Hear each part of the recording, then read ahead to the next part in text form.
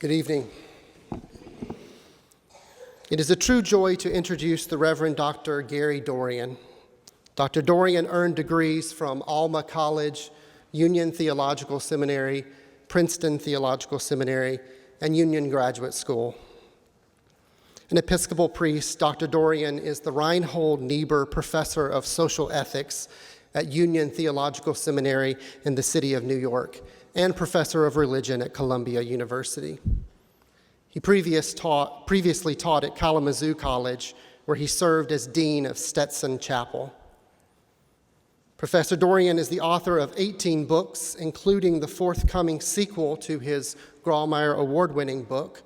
This new book focuses on Martin Luther King Jr. and the mid-20th century Black church leaders who embraced the progressive, justice-oriented, internationalist social gospel from the beginning of their careers and fulfilled it, inspiring and leading America's greatest liberation movement. Tonight, we honor Dr. Dorrien for ideas in his 2015 book, The New Abolition, W.E.B, DuBois, and the Black Social Gospel. In this book, Dorrien argues that we have lost an important piece of religious history, a major U.S. religious tradition, the Black social gospel, with the result that most narrations of the struggle for Black freedom begin with Martin Luther King Jr. and the civil rights movement of the 1950s and 60s. Overlooked is the earlier and profoundly religious tradition of thought and activism that begins in 1884 and only culminates with King. This loose movement of Black social Christianity arose during the Progressive era at the turn of the century, alongside the more well-known white social gospel, and included the founding of the National Afro-American League, the American National Baptist Convention, the Niagara Movement, and the National Association for the Advancement of Colored People. The movement championed social justice and the ethical teachings of Jesus. It wrestled with contemporary events such as the Great Migration and industrialization. It affirmed the value of African Americans as moral and creative persons. But primarily, this ignored tradition challenged racial oppression in a time of post-Reconstruction era Jim Crow. In The New Abolition, Gary Dorrien tells the broad and compelling story of the Black social gospel over the course of 70 years. He argues that 4 streams of Black social Christianity eventually flowed into the Black social gospel tradition. There were the Bookerites with their accommodationist policies, the national separatists who desired their own nation, an anti-Washington protest activist group represented by the Niagara Movement and DuBois, and a diplomatic group that advocated for DuBois-style militancy and Washington-style realism. In order to write this captivating history, Dorrien focuses on a series of important Black intellectuals and pastors. In an early chapter, he discusses African Methodist Episcopal Bishop Henry McNeil Turner and journalist Ida B. Wells, calling them apostles of New Abolition. The next chapter presents W.E.B. DuBois and Booker T. Washington as defining the politics of the color line for the generation that launched the NAACP. Across 3 chapters, Dorrien tells of the lives of AME Bishop Reverdy Ransom, AME Zion Bishop Alexander Walters, Baptist minister William Simmons, Baptist activist Nanny Burroughs, Baptist minister E.C. Morris, and Abyssinian Baptist Church's pastor Adam Clayton Powell Sr. He concludes his volume with a chapter on college president and AME Bishop Richard Wright, Jr. The New Abolition demonstrates that the Black social gospel contained various theological persuasions, ecclesial understandings, and notions of biblical interpretations, yet the tradition centered on the socio-political issue of creating Black institutions to affect social change. Dorrien writes as both a social ethicist and a historical theologian. Thus, he is careful and erudite as he works with primary sources, yet he also interprets the history ethically and politically to demonstrate lines of dependence among figures and their policies. He comments on and judges sympathetically the characters in his unfolding story. He has contributed considerably to a neglected time period within U.S. religious history. This book, The New Abolition, has been met with critical acclaim. To quote just one colleague, Aubrey Hendricks Jr. of Columbia University comments, Gary Dorrien's impressively researched and riveting account of W.E.B. DuBois and the Black social gospel is the most comprehensive treatment of an extremely crucial yet woefully overlooked dimension of Black political history and the role of Black churches and religious thinkers within it. This is truly a book worthy of the Grawemeyer Award, and we are delighted to have its author with us tonight. Dr. Dorrien, will you join me now for the presentation?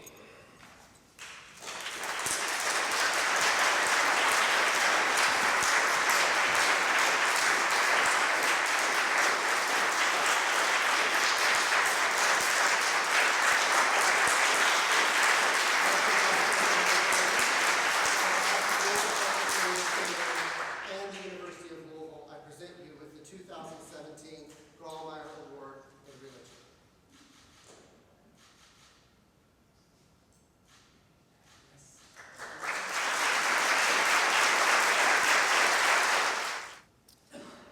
Well, Tyler, what a beautiful introduction. That summary was so extraordinarily well done. I started to worry. I thought, he's doing my number better than I do it. To Tyler, to Melissa Scarlett, to Grawemeyer Director Charlie Leonard, to President Michael Jenkins, to Roy Fuller, with whom I just spent the entire day at the university. I can't believe he came in here for more of this tonight. To all of you who are gathered here, thank you so much for making this occasion. I am so deeply grateful for the honor of speaking tonight and for being treated with just such wonderful hospitality. Although I did know it was coming because I have several friends who've won this award, and they all told me, Gary, these Grawemeyer people are just the greatest. I mean, you just can't believe what you're in for. And it is true. I'm hoping that you can hear me. I do have some anxiety about this, and so I'm making an appeal to people in the back. I have one totally paralyzed vocal cord, so I'm always having to just really reach down to compensate for it. And I've also been talking all day, so I'm a little anxious about how well I'm gonna do back there. So please, if that doesn't turn out to be true, let me know, right? I can reach further down. I have long admired this seminary for its distinguished faculty and for its contribution to theological education.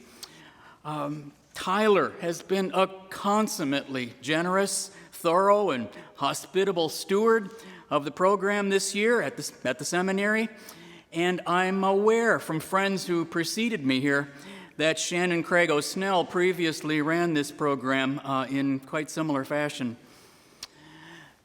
The civil rights movement of 1955 to 1968 was incomparably beautiful, daring, traumatic, and searing in modern American history. It abounded with noble visions, resounded with magnificent rhetoric, and ended in nightmarish despair. It put on global display the ravages of racial caste in this country. It rebelled against a century of racist abuse that followed upon 246 years of chattel slavery. It sang and preached and marched for a better world. It won a few victories before ending in nightmarish despair and frustration. The symbol of the movement, Martin Luther King Jr., became a global icon by assailing his country's racial prejudice and condemning its economic injustice and opposing its war in Vietnam and standing with the poor and oppressed and expounding a vision of liberation and being assassinated for doing so. King became a figure of incomparable significance in our nation's history. Yet the tradition that best describes him and other leaders of the civil rights movement has been strangely overlooked. Martin Luther King Jr. did not come from nowhere. He was steeped in the black social gospel tradition that provided the social justice theology and rhetoric of the civil rights movement.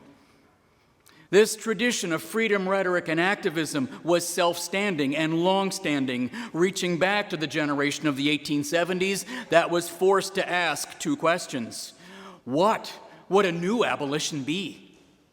How should the next abolitionism combat America's racial caste system and its mania of racial lynching? The black church ministers who were compelled to ask these terrible questions shared important things with the famous social gospel of their time, the white one. That social gospel movement is justly renowned. It puts social justice on the agenda of the white mainline churches. It created the ecumenical movement and the Federal Council of Churches. It created the field of social ethics and established liberal theology in this country. It created the peace and justice organizations that still operate in mainline denominations. It was the greatest wave of social justice activism ever generated by the ecumenical churches. But the greatest legacy of the social gospel is not the one recounted in books about Walter Rauschenbusch, Washington Gladden, Jane Addams, Francis Greenwood Peabody, Harry Ward, the Federal Council of Churches, John Ryan, and all that. No tradition in American religious history has a greater legacy than the black social gospel. Yet this tradition was ignored for decades and it lacked almost any literature until recently. Numerous conventions have long kept it from being remembered. Supposedly, there was no black social gospel worth noting. It had only a few proponents who had no impact. Black churches were too provincial and conservative to support social justice politics and social gospel theology. Booker T. Washington and W.E.B. DuBois were not involved with the social gospel, so this category does not illuminate Washington versus DuBois. Religious intellectuals no longer mattered anyway by the end of the 19th century, so it doesn't matter if we ignore whatever black religious intellectuals might have existed. Reinhold Niebuhr shredded the social gospel, so forget the social gospel. And the social gospel movement that did exist, the white one, did not concern itself with racial justice. All these conventions are wrong. The early black social gospel had extraordinary proponents, such as William Simmons, Alexander Crummell, Reverdy Ransom, Ida Wells Barnett, Alexander Walters, Nanny Burroughs, Richard Wright Jr., and Adam Clayton Powell Sr. They were an embattled minority in their denominations because the social gospel was divisive and it threatened to get people in trouble. The founders and their successors fought hard for the right to advocate progressive theology and social justice politics. Washington versus Du Bois was at the center of the argument until the Du Bois faction prevailed. The next generation of leaders espoused social gospel theology from the beginning of their careers. Mordecai Johnson, Benjamin Mays, George Kelsey, J. Pius Barber, Vernon Johns, Adam Clayton Powell Jr., and Howard Thurman, the people I talked about this morning. Every figure that I just named was a role model for Martin Luther King. Their legacy is immense, paving the way to the King generation of Jim Lawson, Andy Young, Diane Nash, Fannie Lou Hamer, Joe Lowry, Pauli Murray, John Lewis, and other freedom movement leaders of the 50s and 60s. Niebuhr influenced several of these figures, but none of them believed that Niebuhr invalidated the social gospel. Yet it was routinely claimed for decades that there was no black social gospel, so its founders were forgotten. I have started in a rather punchy fashion by knocking down all the things I was told about this subject when I was in seminary. I have one version of this talk that shreds these historiography conventions in excruciating detail. Tonight, I'm eager to get past these things to talk about the founders. Most of them were ministers. Nearly all of them were embattled in their denomination. Really, only one of them wasn't, Alexander Walters. And some labored quietly in a succession of protest organizations until the NAACP succeeded. The black social gospel began in the brief hope of Reconstruction and the despair of witnessing the reaction to it. White social gospel theologians focused on urbanization and took for granted their access to the general public. Black social gospel theologians could barely imagine what it felt like to address the general public. They had to create a counter-public sphere merely to have a public. They started something new. They fought to abolish Jim Crow, lynching, and economic injustice, refuting the racist culture that demeaned their human dignity and equality. They established that progressive theology could be combined with social justice politics in black church contexts. They urged church communities to welcome the migrant stranger. They refused to believe that churches were hopelessly self-centered, provincial, insular, anti-intellectual, and conservative, even though they heard that judgment every day. They said the key to changing American society already existed in the ordinary congregations that gathered every Sunday. It was hard to believe it, but they endured in hope, because what was the alternative? Black social Christianity, like any tradition, can be defined broadly or narrowly.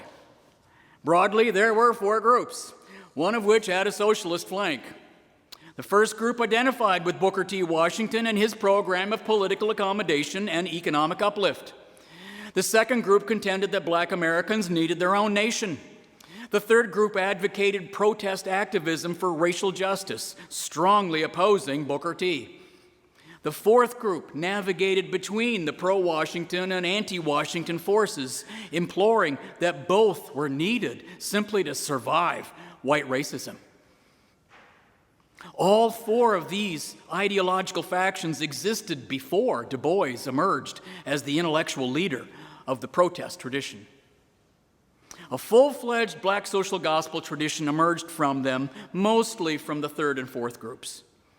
It stood for social justice, religion, and modern critical consciousness. It combined an emphasis on black dignity and personhood with protest activism for racial justice, a comprehensive social justice agenda, an emphasis on the social ethical teaching of Jesus, and an acceptance of modern scholarship and social consciousness. One reason the early black social gospel has been ignored is that Washington versus DuBois sat right in the middle of it. We tend not to think of either of them as being religious figures, and they overshadowed the ministers who argued about Washington versus DuBois.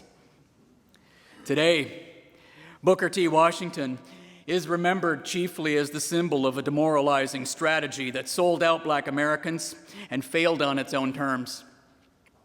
With so much counting against him, it has become difficult to fathom why he was a colossal figure in American life, widely revered across racial lines, and remained so for decades after he lost the argument and passed on.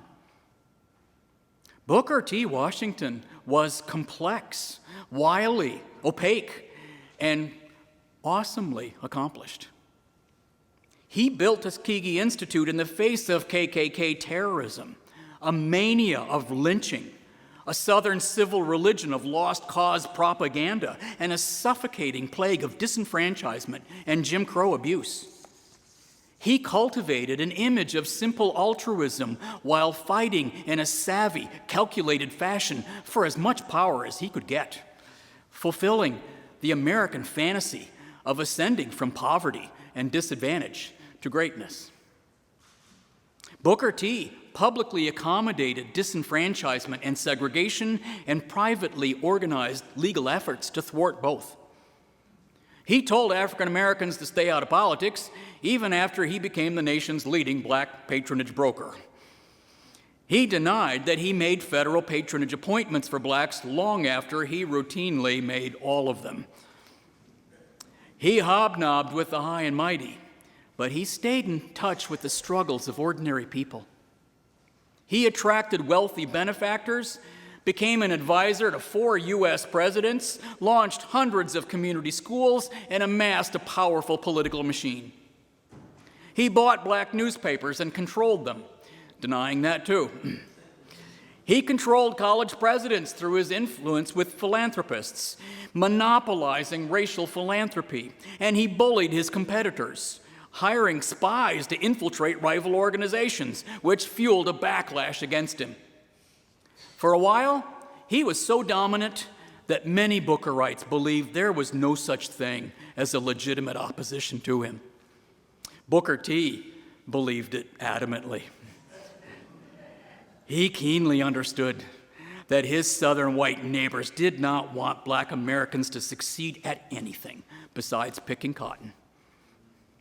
Any black success at anything else raised the frightening specter of what was called Negro rule. A black postmaster represented Negro rule. A black shopkeeper, a black teacher, a black lawyer represented Negro rule. But to give African Americans a glimmer of opportunity in an utterly brutal context, Washington pretended not to know it. He got to be number one by bartering the civil and political rights of black Americans for a season of interracial peace and economic opportunity. On the few occasions that he explained his strategy, Booker T wrote quintessential descriptions of political realism. But everything got worse for African Americans during this ostensible season, while Washington ascended to national eminence, setting him up for the devastating objection that black Americans had not appointed him to be number one. Booker T. Washington was the first black leader to be selected by white Americans, an arrangement he lived to see unravel. For the race problem in America was white racism utterly, and the antidote to it had no chance whatsoever of coming out of Alabama. Washington epitomized an influential version of the social gospel. He was powerfully linked with the conservative assimilation wing of the white social gospel, led by Brooklyn minister Lyman Abbott, editor of Outlook magazine. Abbott serialized Washington's memoir, Up from Slavery, to his vast audience, and he lauded Washington as the answer to what they called the race problem. For Washington, Christianity was a practical faith. It nurtured the correct moral virtues, and it helped to build a good society. Every alternative to him was compelled to define its relationship to him. Nationalists took the path of national separation and/or African emigration. Then, as now, there were different kinds of black nationalism. The idea that all people of African descent share something as a nation or people. In the 19th and 20th centuries, the posited basis for national belonging was sometimes biological, rendering the nation as analogous to a biological organism, and/or ontological, making a claim about the distinct being of blackness, and/or cultural, making a claim about cultural authenticity or distinctiveness. Defined this broadly, however, there were nationalists in all 4 streams of black social Christianity. The emphatically nationalist group contended that blacks were a distinct people needing to create a sovereign nation state, and even if that project failed, a black civilization. The third group called for a new abolitionist politics of racial and social justice. Its major figures were Reverdy Ransom and Ida Wells. They prodded and fought with people in the fourth group who tried to support Washington and DuBois. In the early 1900s, the partisan divide over Booker T was very intense, with a lot of name-calling. Both sides alienated people that disliked ideological bickering. Religious communities naturally brought together the rival camps and the non-aligned. At church, ministers appealed to Christian fellowship and racial solidarity. Moreover, many ministers had friends on both sides of the partisan divide. The fourth group urged that DuBois-style militancy and Washington-style realism were both indispensable. You just can't survive this racist country without having both. Its major figures included Nanny Burroughs and Adam Clayton Powell Sr. Meanwhile, the protest group had a socialist flank, and that was very good at public speaking and pamphleteering. But socialism had a lot going against it in black communities. A fantasized solidarity with a racist white proletariat and racist trade union movement, the specter of appearing to be anti-American, and the desire of African Americans to own their own property and succeed in the existing system. These factors suppressed Du Bois's socialism for 20 years. For some in the fourth group, the founding of the NAACP in 1909 and the subsequent fading of Washington nullified the necessity of making a both-and argument, while others stuck to it for the rest of their lives. When I taught at Kalamazoo College, I knew people who were just epitomized type 4. And that was only a few years ago. Only a minority of African American congregations has ever supported social justice activism. Black churches have always been widely diverse theologically, politically, culturally, and socially. There has never been a dominant or singular black church in the mold of the civil rights movement, which ironically is a social gospel construct. The very influence of the social gospel idea of what the black church is or should be has obscured that it is a social gospel idea, which many churches reject. The chief founder of the National Baptist Convention, William Simmons, was accused throughout his career of replacing religion with politics. Reverend E. Ransom's clerical colleagues in Chicago and Boston were so offended by his advocacy of the social gospel that they drove him out of both cities. Ransom and Richard Wright, after years of being thwarted by bishops, reluctantly concluded that they were going to have to become bishops, after which they vied with bishops that wanted nothing to do with protest movements. Carter Woodson, writing the first comprehensive history of black Christianity in 1921, organized his entire account around the battle between a minority tradition of progressives linked to abolitionism and the conservative opposition that was opposed to all of it.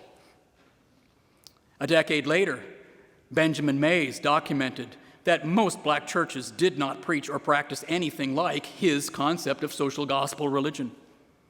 A generation after that, Martin Luther King had ample experience with this problem, as his own denomination opposed the civil rights movement, and only a minority of black congregations supported it during his lifetime.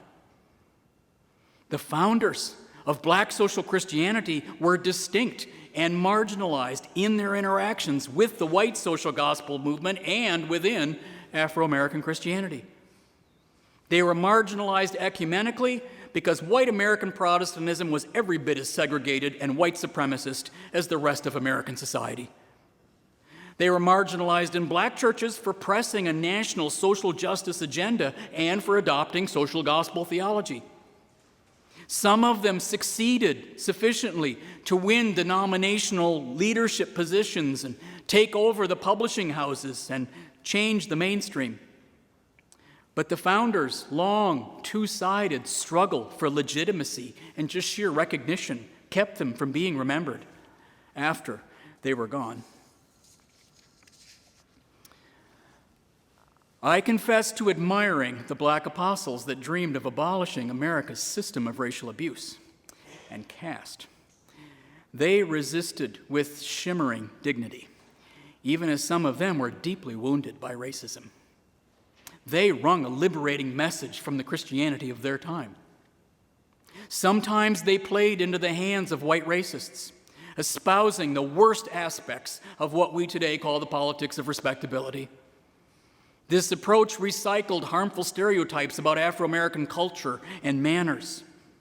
The nationalist tradition, in particular, often folded ugly denigrations of black humanity into its message of racial solidarity. Some social gospel preaching about family life caused particular harm to women in perpetuating stereotypes. Many social gospel ministers exhorted women to keep the churches going with no chance whatsoever of becoming church or public leaders. Whenever they preached about gay and lesbian sexuality, it was in condemnation.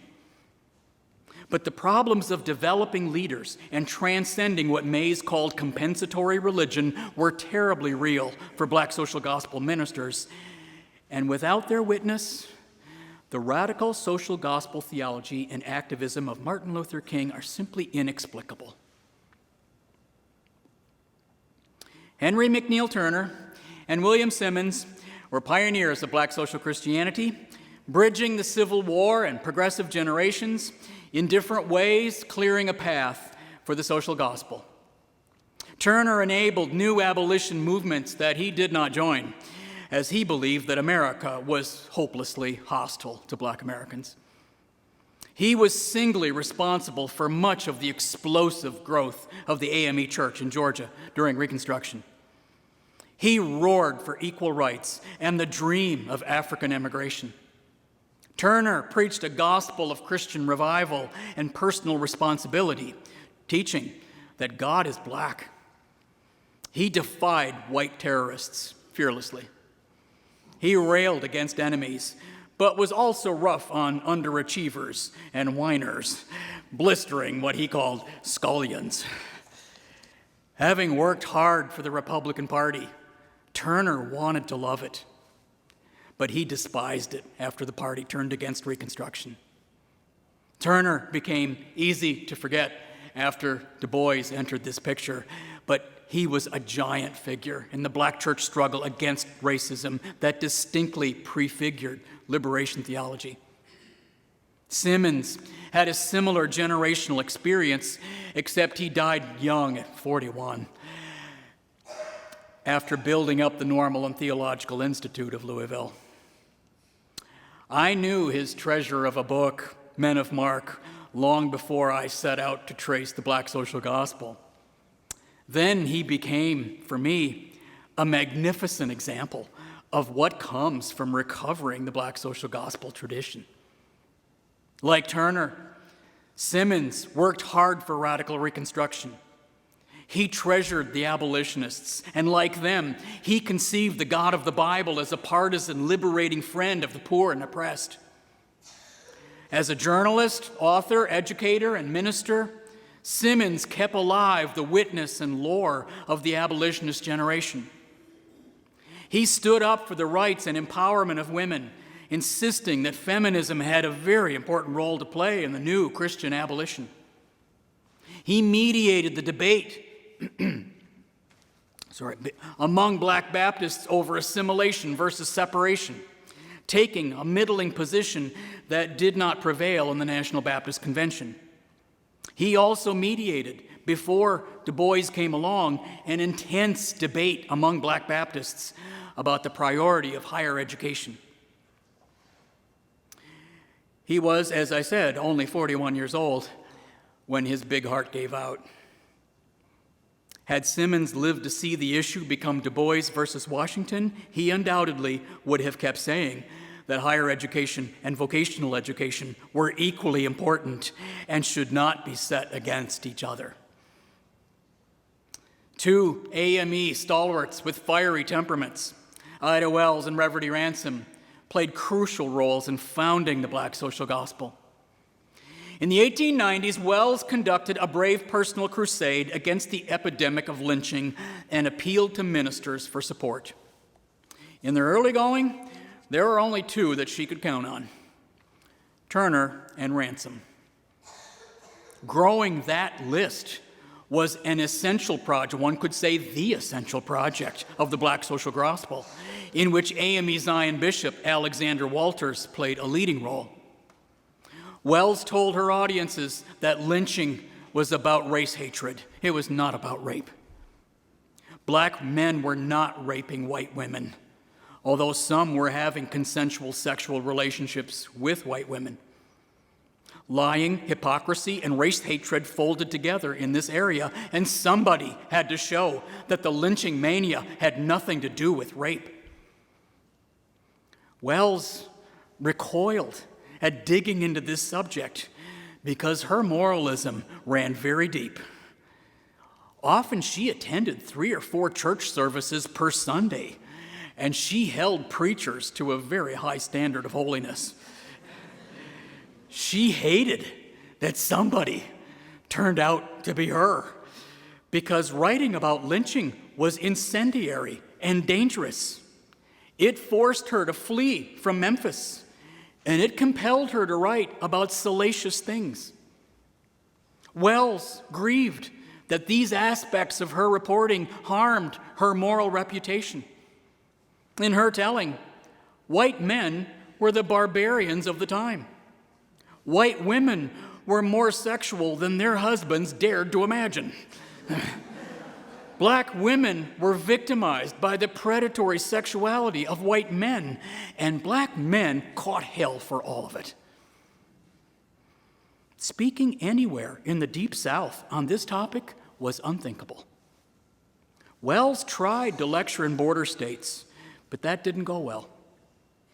She spoke often in the North, but failed to build the organization she wanted for lack of funds and moral support. Very briefly, she got what she wanted after doing 2 sensational tours in England, a supportive organization with a lecture bureau, the Afro-American Council. But Booker T took it over, and she resigned in disgust. Later, she tried to work with the NAACP, but Wells did not like DuBois or his enabler, Mary White Ovington, and she was similarly excluded from a leadership role in the National Association of Colored Women, NACW. So she settled for loner activism and lived to read books about lynching that never mentioned her. As compensation against that, as it's just trying to press against that trend that she already saw developing, very near the end of her life, she wrote an autobiography to counter the silencing, and it went unpublished for 40 years after she died, despite a persistent daughter. Of all the silencing that occurred, the silencing of Ida Wells was the most incredible, as she was a sensational figure. It took the Black Power and women's movements to recover her. Reverdy Ransom was nearly as great a figure, and even longer forgotten. He fought long and hard to legitimize social gospel theology in the AME Church. He gave scintillating speeches at protest meetings and abolitionist memorials, acquiring a national reputation. He came out as a protest leader, anti-lynching activist, and socialist before DuBois did, later joining DuBois in the Niagara movement. In 1912, Ransom made an ecclesiastical breakthrough by taking over the AME Church Review, which gave him a national audience and an independent basis as a general officer of the denomination. Now the bishops don't have so much power over him. Ransom formed a tag team with DuBois during the same period that DuBois launched the NAACP's Crisis magazine and had a spectacular run. They conferred about topics and boosted each other and offered a combined subscription to their magazines. Both of them aimed at the educated elite that DuBois famously called the talented 10th, and both weathered constant complaints that they were too radical for the positions they held. Meanwhile, Ransom founded and served mission congregations to the poorest and most hurting people that he could find. Though Ransom did not want to be a bishop, he built up a social gospel flank in the AME Church, which carried him to a bishop's chair in 1924. In the 1930s, the nationalist strain in his thought grew stronger. It amazed Ransom that white Americans brutalized black Americans while mustering ample sympathy for persecuted Irish, Jews, Armenians, and others. Why? Why were whites so fearful of black Americans? Ransom puzzled constantly over that. He grieved that white Americans reserved a special loathing for blacks that just defied American history. Black Americans had never been anything but loyal Americans and faithful Christians. But what did it get them? They went to church, they got an education, they learned a trade, and were still brutalized. Quote, their disillusionment is almost complete, since they find that Christ has not been able to break the American color line. If Jesus wept over Jerusalem, he should have, for America, an ocean of tears. Ransom held fast to the social gospel Jesus and the hope of the kingdom come, preaching throughout his career that nothing compared to the figure of Jesus and his social ethical teaching. But the later Ransom let go of the United States of America as the site of the coming kingdom of God. It was hard to just keep saying that black and white America would surely come together. It seemed to Ransom in his later life that white America had simply lost its soul. In his later career, he taught that Asia, Europe, and the USA were heading downward, while the future belonged to the children of Africa. The Euro-American and Asian civilizations had no compelling spiritual vision for humanity. They stood for wealth, power, weapons, science, technology, all of which had failed or were failing. The white world, he stressed, had never created a great religion, and its substitutes were spiritually barren. The hope of the world was in the last place that white Americans thought to look. Ransom buttressed this line of argument with some racialist superstitions of his own, claiming that races were genetically endowed with particular traits. Blacks were not suited for math, logic, or science, in his telling, but they were naturally gifted at music, speaking, feeling, spirituality. The black imagination was primarily literary, artistic, spiritual, looking to the future, not controlling or grasping. That was an echo of the racial romanticism that Ransom shared with DuBois in the 1890s. DuBois kept returning to this theme and revising his thinking, but Ransom did not keep up with scientific debates about race. His world got smaller, and the sheer torment of coping with a racist society wore him down. In the 1930s, he could still give a strong speech or sermon, but his days of enthralling racially mixed audiences with scintillating oratory were past. His later audiences were church and civic groups, not surging crowds of movement activists, and he felt the difference keenly. W.E.B. Du Bois is central to this story because he changed the conversation, and he made everybody deal with him. He did not merely take up an existing critique of Washington's strategy, putting it more colorfully or memorably. He inspired a revolution of consciousness that defined the problem of the 20th century. He provided a language for the problem of the color line and helped to launch the Pan-African movement, the Niagara movement, and the NAACP.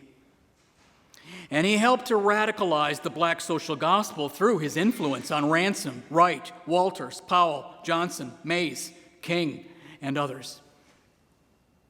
The double consciousness that Du Bois famously projected onto all African Americans was deeply and powerfully true for him and a source of creativity in him. He was simultaneously black and American. He grew up with little experience of racial abuse in New England, yet became an unsurpassed critic of the color line. He railed against the evils of white civilization while affirming the intellectualism and progressive social ideals that he internalized at Harvard and the University of Berlin.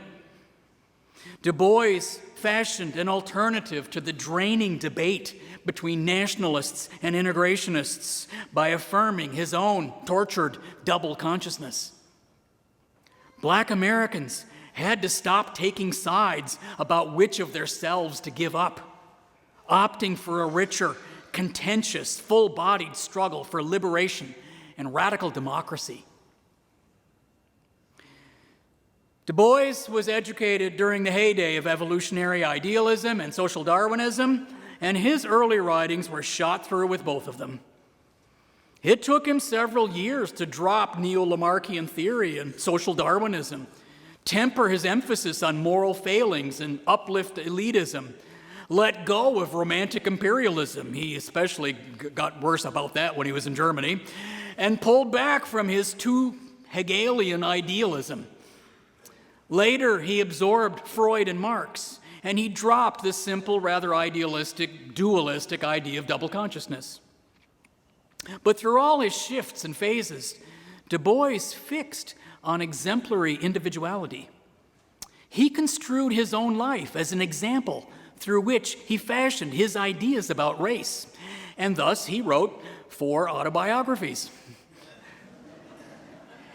He mined the fissure between his status as a member of a denigrated caste and his role as a race leader.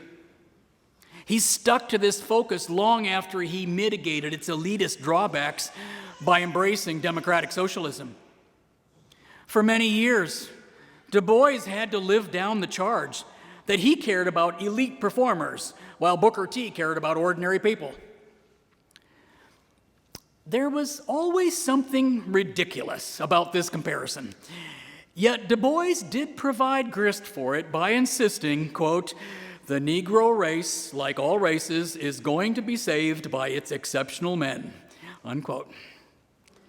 This trope provided quotable material for countless sermons, editorials, church bulletins, and especially commencement addresses.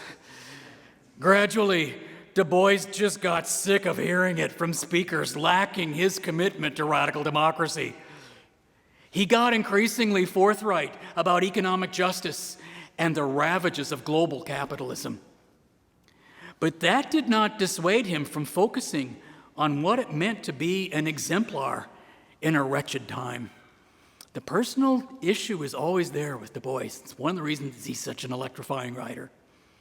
It's never just a sociological account of what he's critiquing. Du Bois loathed religious orthodoxy because he said it stunted human souls. He could be blistering on this theme.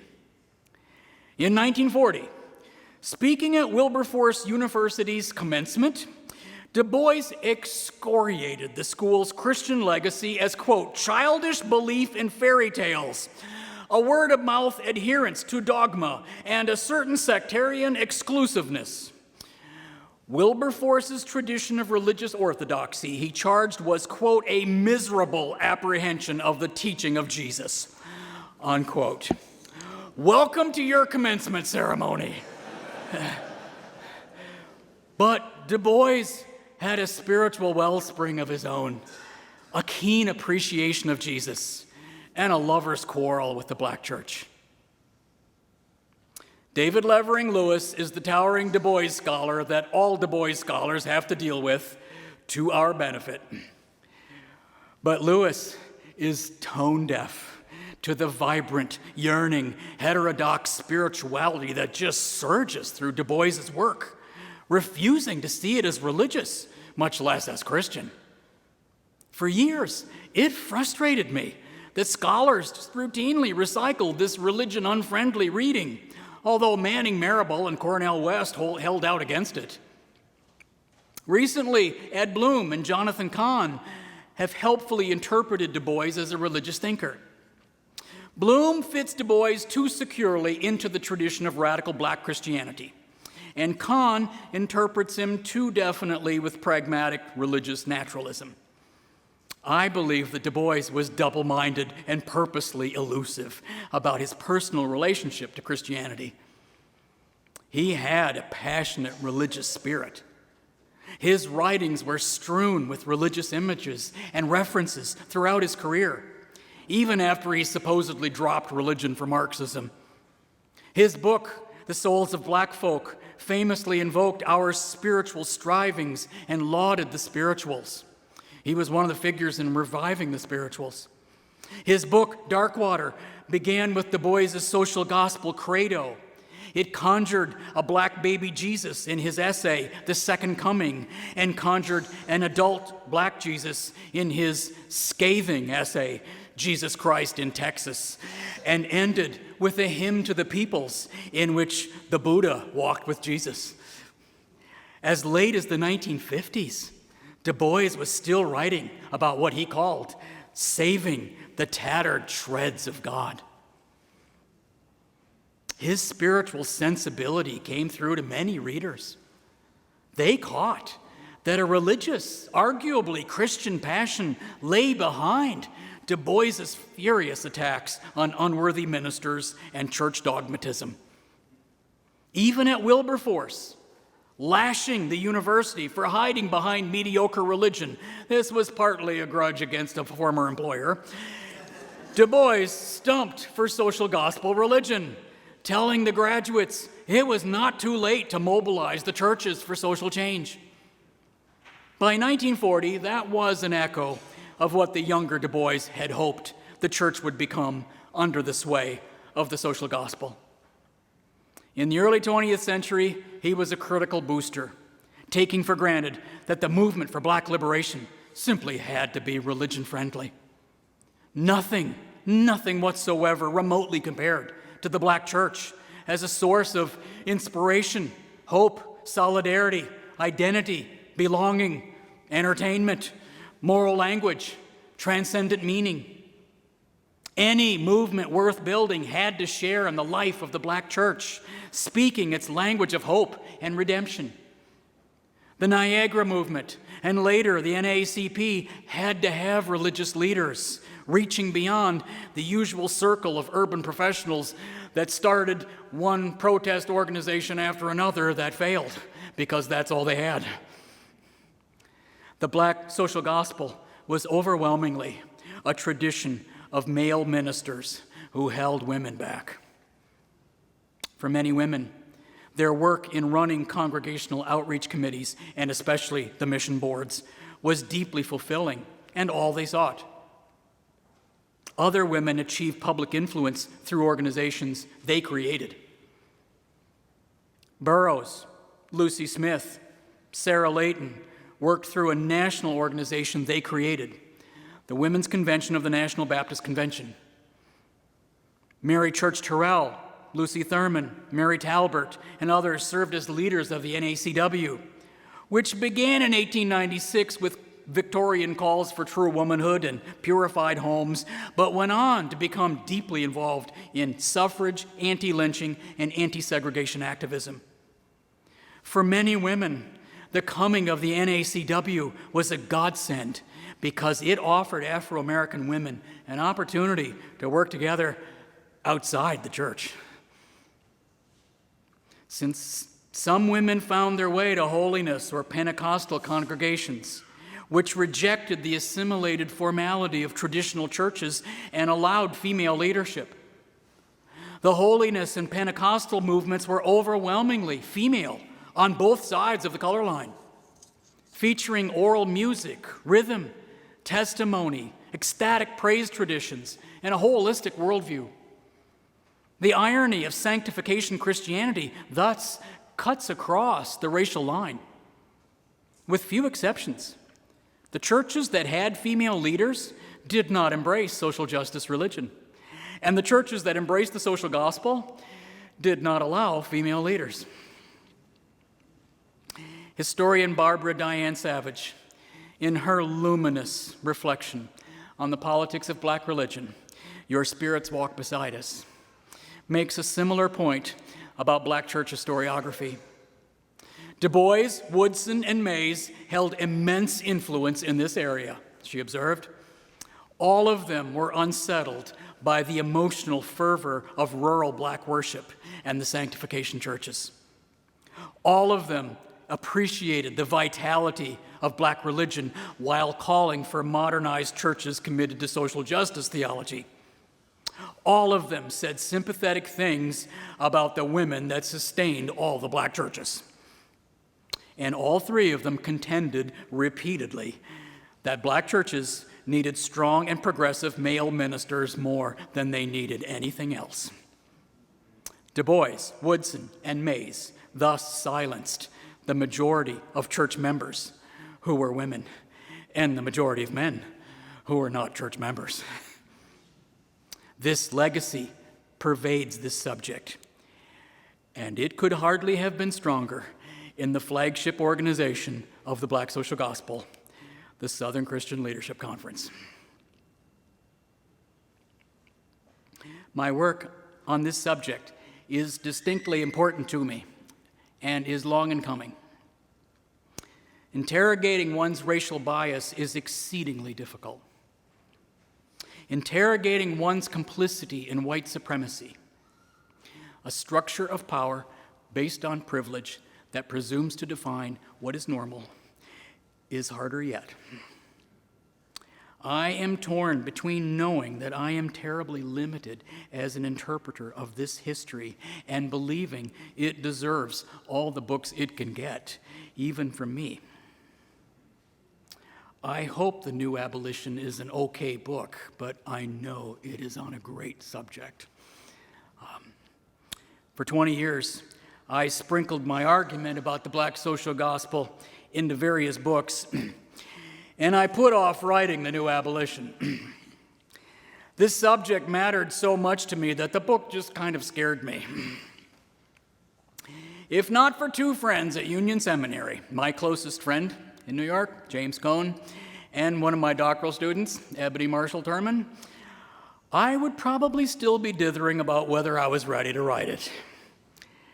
But the longer I waited, the more I benefited from the gusher of extraordinary books that has come from Barbara Savage, Evelyn Brooks Higginbotham, Peter Paris, Tony Pinn, Randall Jelks, Wallace Best, Walter Fluker, Jonathan Walton, Juan Floyd Thomas, Sarah Azaransky, and upwards of 50 others on subjects related to this one. The founders of the Black social gospel preached about equality, democracy, keeping hope alive, and Jesus loving all the children. They insisted that God favors the oppressed and excluded. They applied the rhetoric of the old abolition to the new tyranny of Jim Crow. They held fast to the social ethical Jesus and the hope of the kingdom coming. They refused to be denigrated, rebelling against the regime of segregation and persecution imposed upon them. Always, they appealed to the bedrock Christian doctrine that every human being bears the image and spirit of God. They puzzled that white America somehow claimed to be Christian while treating black Americans despicably. But one thing mattered more than anything else in the Black social gospel, testimony, and worship: the cross of Jesus. Social gospel theology ruled out certain ways of preaching about Calvary, but the cross of Jesus resounded in black worship of every kind.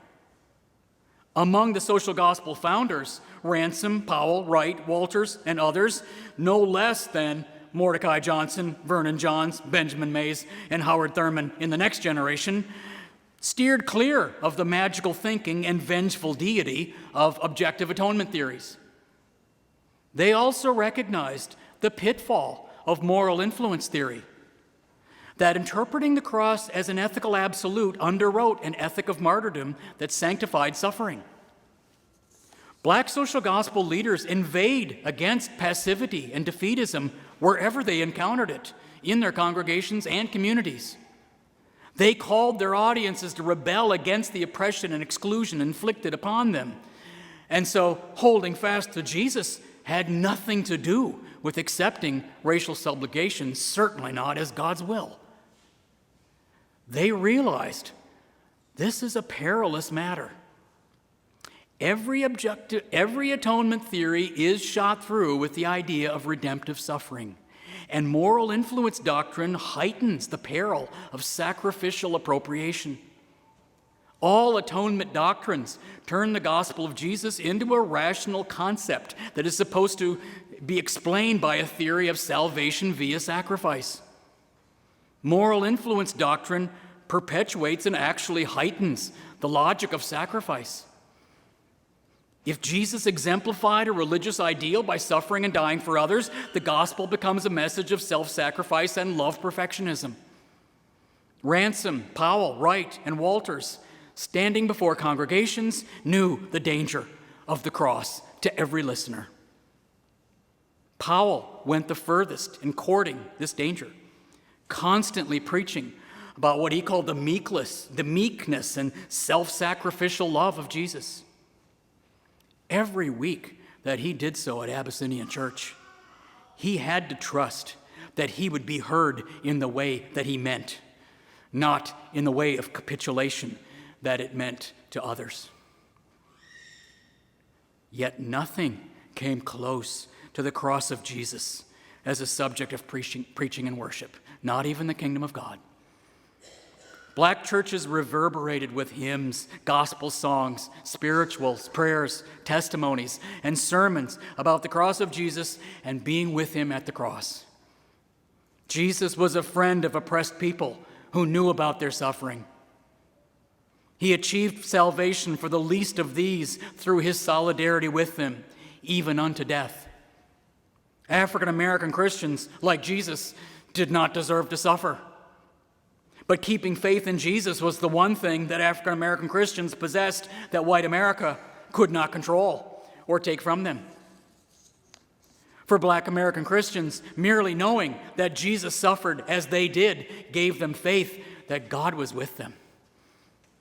James Cone explains that the more Black people struggled against white supremacy, the more they found in the cross the spiritual power to resist the violence they suffered. The cross placed God among a persecuted, tyrannized, tortured, crucified people. Just as Jesus was a victim of mob hysteria and imperial violence, African Americans were victims of mob hysteria and white supremacy. Cone and womanist theologian Sean Copeland stress that Black Christians sang of Jesus because he endured what they suffered, not because they gloried in suffering or sanctified it. The cross represented a victory over the powers of evil and suffering unto death. To see redemption in it requires a creative religious imagination with a high threshold for ambiguity, tension, paradox.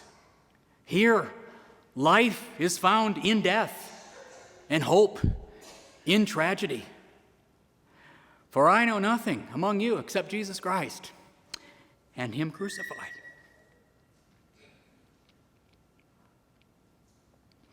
Ransom, Powell, and other founders had a Pauline religious imagination of that kind.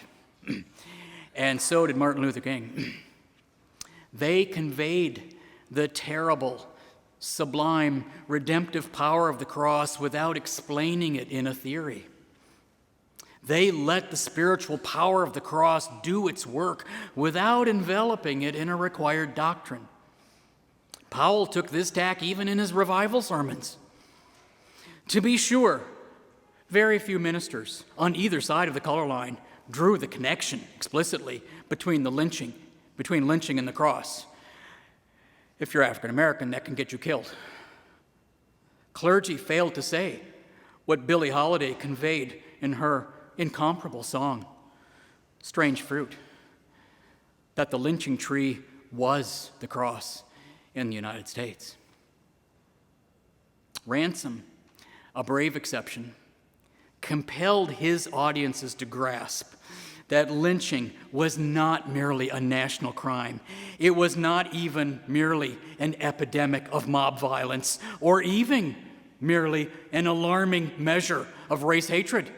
It was beyond all of that. The plague of lynching said something profound about the kind of Christianity that existed in America and the kind of civilization that America was becoming. How it started, he would say, was no mystery. The former slaveholding states went on a lynching rampage to repress former slaves and their children. To justify their barbarities, they described black men as monsters that menaced the safety of white women. The lynch mobs and their allies in the press were so successful at stunting the conscience of the nation that a human being could be burned to death at the stake in the 20th century in a festival atmosphere of cheering and picnics with no public reaction whatsoever. Ransom was incredulous that even the pulpit was almost entirely silent. How could white ministers say nothing? King offered an echo of that question in his letter from a Birmingham jail. Who is their God? What sort of God do they worship? It was no small thing to enlist Christianity in the struggle for a civil rights movement, even as one organization after another failed to survive. The Afro-American League, the Afro-American Council, the Negro American Political League, the Niagara Movement. It was a tremendous breakthrough when the same figures cut a deal with white liberals to form the NAACP, which was headquartered in New York City, but which existed in 35,000 black congregations spread all over this country. Black Christian leaders of the late 19th and early 20th centuries had everything at stake in contending that the best kind of theology fused with social justice politics. There were just enough of these defiant, dignified, visionary figures to make a difference.